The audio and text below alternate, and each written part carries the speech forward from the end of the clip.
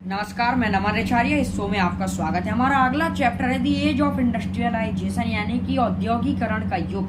अब देखिए, जिस युग में हस्त निर्मित वस्तु यानी कि हाथों से बनाने वाली वस्तुएं कम हुई हो और उसके साथ साथ फैक्ट्री मशीन और तकनीकी का यानी कि टेक्नोलॉजी मशीन और फैक्ट्रीज का डेवलपमेंट हुआ हो, विकास हुआ हो, उस युग को हम क्या कहते हैं? औद्योगिकरण का युग, यानी कि दी एज ऑफ इंडस्ट्रियलाइजेशन कहते हैं। इसमें जो खेतीय समाज था, जो ये सोसाइटी थी, पूरी तरह से औद्योगिक समाज में परिवर्तित हो गई थी, चेंज हो गई थी। और 1760 से 1840 यानी कि 1760 से 1840 तक का जो ये युग है, इसी को हम नाम देते हैं औद्योगिकरण का युग, द एज ऑफ इंडस्ट्रियलाइजेशन। अब ये मनुष्य के लिए ये जो 1760 से लेकर 1840 तक का जो युग था, ये बिल्कुल खेल परिवर्तन नियम जैसा हुआ, सिद्ध हुआ। अब इसके बाद हम आपको बताते हैं कि पूर्व औद्योगिकीकरण क्या है। औद्योगिकीकरण का युग तो समझा दिया। पूर्व औद्योगिकीकरण का युग है, यूरोप में क्या था, औद्योगिकीकरण के पहले के काल को और पूर्व औद्योगिकीकरण का युग कहा जाता है या पूर्व औद्योगिकीकरण का काल कहा जाता है। अब यदि हम इसको दूसरे शब्दों में कहा जाए तो आपको पता होगा, सबसे पहले कारखाने या फैक्ट्रीज कहाँ लगी थी? यूरोप में। अब यूरोप में कारखाने लगने के पहले का जो काल है, उसी को हम पूर्व औद्योगिकरण का काल कहते हैं। और इस अवधि में गांवों में जो सामान बने, जो गांवों में सामान बनते थे, जिसे शहर के व्यापारी खरीदा करते थे, ये हमें देखने को मिला कहाँ? पूर्व औद्योगिकीकरण के युग में। अब आदि औद्योगिकीकरण क्या है? औद्योगिकरण के कई प्रकार। देखिए, आदि औद्योगिकरण क्या है? दरअसल इंग्लैंड और यूरोप में जो फैक्ट्रियां थी, तो फैक्ट्रियों की स्थापना में भी पहले ही अंतरराष्ट्रीय बाजार के लिए बड़े पैमाने पर औद्योगिक उत्पादन होने लगा था, टेक्निकल प्रोडक्शन होने लगा था। और यह उत्पादन फैक्ट्रियों में नहीं होता था, कोई सोचे कि इंडस्ट्रीज में होता था, नहीं।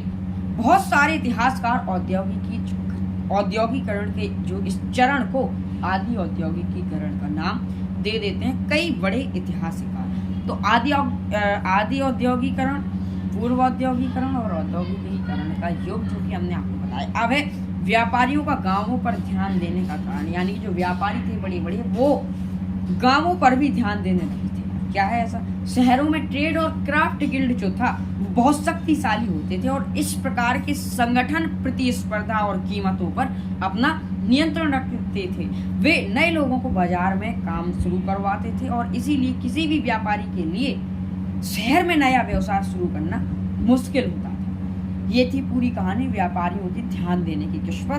गांवों जो विलेज थे। अब हम आपको बताते हैं कि विश्व युद्ध और भारतीय उद्योग जो है, उसका क्या आपसी संबंध है। देखिए, सन 1916 में सरकार ने एक औद्योगिक आयोग नियुक्त किया। क्यों किया? वो इसलिए किया ताकि वह भारतीय उद्योग और व्यापार के भारतीय संविधित प्रयत्नों को पूरा कर सके और उन लोगों पर उन क्षेत्रों पर ध्यान लगाए, उन क्षेत्रों में अपना मदद कर सके जिसे सरकार सहायता दे रही है। अब चलिए हम देखते हैं। उन्होंने जो ये आयोग लाए थे, उन्होंने इस आयोग का नाम रखा Akhil Bharatiya trade union, AITUC, Akhil Bharatiya trade union Congress. अब ये क्या था? देखिए, इसकी स्थापना 31 अक्टूबर 1920 को हुई थी। इसके जो पहले अध्यक्ष थे, इसमें शामिल तो थे बहुत से लोग, लेकिन इसके जो पहले अध्यक्ष थे वो थे लाला लाजपत राय। जो प्रथम महासचिव थे वो थे दीवान चमन लाल। ठीक है, नाम अजीब है, ठीक है, दीवान चमन लाल, AITUC। अब इसकी जो कुछ खास गतिविधियां थी, ये सबसे पुराना ट्रेड यूनियन फेडरेशन था, अखिल भारतीय ट्रेड यूनियन। अब इसकी कुछ गतिविधियां थी जो कि हम आपको समझाना चाहते हैं। गतिविधियां ये थी कि सरकार को सहायता और सेवाएं देना, सभी श्रमिकों के लिए बेहतर वेतन और शर्तों की मांग रखना, सामूहिक रूप से सौदेबाजी करना, ये उसकी कुछ गतिविधियां थी। और सार्वजनिक सेवाओं की गुणवत्ता में भी सुधार लाना, ये इसकी कुछ गतिविधियां थी। किसकी? अखिल भारतीय ट्रेड यूनियन की। अब हमने आपके लिए कुछ, आज अपने साथ में मैं कुछ लेकर आया हूँ आपके लिए।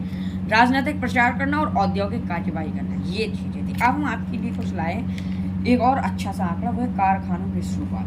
कारखानों का एक बड़ा लंबा इतिहास रहा है, तो चाहे वो यूरोप में हो चाहे भारत में। देखिए, सबसे पहले इसमें लिखा है कि इंग्लैंड में 1730 के दशक में बनना शुरू हुए थे कारखाने। सबसे पहले कहाँ बने, ये एक जानकारी मैं आपको देना चाहता हूँ। इंग्लैंड में बने सबसे पहले कारखाने 1730 के दशक। अब 18वीं सदी की जो आखिर तक पूरे इंग्लैंड में है, जगह जगह कारखाने दिखने, हर जगह जहां देखो वहीं फैक्ट्रीज दिखने लगी 18वीं सदी की आखिर तक, 18th सेंचुरी की बिल्कुल लास्ट टाइम तक। और शुरुआती औद्योगिकीकरण जो था, स्टार्टिंग का जो इंडस्ट्रियलाइजेशन था, वो कपास यानी कि जो रुई होती है उसके कपड़ों के क्षेत्र में हुआ था ये औद्योगिकीकरण या इंडस्ट्रियलाइजेशन, नया युग, बिल्कुल न्यू एज का। अब इसका अंदाजा इस बात से लगाया जा सकता है साथियों कि जो ब्रिटेन में कच्ची कपास का आयात है वो 1807 में कितना था, 2.5 मिलियन था, लेकिन 2.5 मिलियन पाउंड, लेकिन वही 1787 में बढ़कर कितना होगा, यानी कि 1787 बोले तो ठीक 27 साल बाद बढ़कर 22 मिलियन पाउंड हो गया, 22 मिलियन पाउंड हो गया था। ये थी कारखानों की शुरुआत का अंदाज। अब कारखानों के खुलने से बहुत से लाभ प्राप्त हुए, फिर चाहे वो श्रमिकों को देखा जाए चाहे शहरवासियों को। श्रमिकों की कार्य कुशलता बढ़ गई थी, काम में जल्दी जल्दी वो हाथ में, पहले क्या था, हाथ से जितनी मेहनत करेंगे उतना ही उत्पादन होगा, लेकिन अब क्या था, वो मशीनों का यूज करने लगे थे, वो मशीनों से ही अपना उत्पादन या अपना प्रोडक्शन करने लगे थे। जो मजदूर पहले हाथ करते, मैंने आपको पहले ही बता दिया इसमें, तो बाद में जो मैंने प्रिंट आउट निकाला है कि मजदूर पहले हथकरघी से सीमित मात्रा में उत्पाद बना पाता था, लेकिन फैक्ट्रियों के खुलने के बाद नई मशीनों, भाई अब हाथ नहीं चलाना पड़ता था, मशीन चलानी पड़ती, बस मशीन से ही सारा